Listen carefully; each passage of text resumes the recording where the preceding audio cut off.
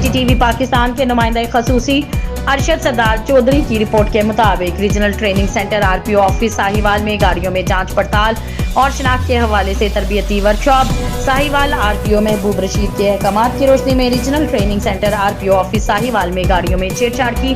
जांच पड़ताल और शनाख्त के हवाले से एक रोजा तरबियती वर्कशॉप का इनेकाद किया गया। मारूफ सूफी बुजुर्ग हजरत बाबा फरीदुद्दीन मसूद गंज शक्कर के उर्स पर आने वाले ज़ायरीन में जुराइम पेशा नासिर की भी आमदोरफ्त बढ़ जाती है, जिनके खिलाफ सख्त कार्रवाइयाँ किए जाने के हवाले से पूरे रीजन में सख्त नाकाबंदी की जा रही है, जिसमें मशकूक गाड़ियों को चेक करने के हवाले से तरबियती कोर्स का इनेकाद किया गया। इसी तसलसल में रीजनल पुलिस ऑफिस साहिवाल में एक रोज़ा तरबियती वर्कशॉप का इनेकाद किया गया।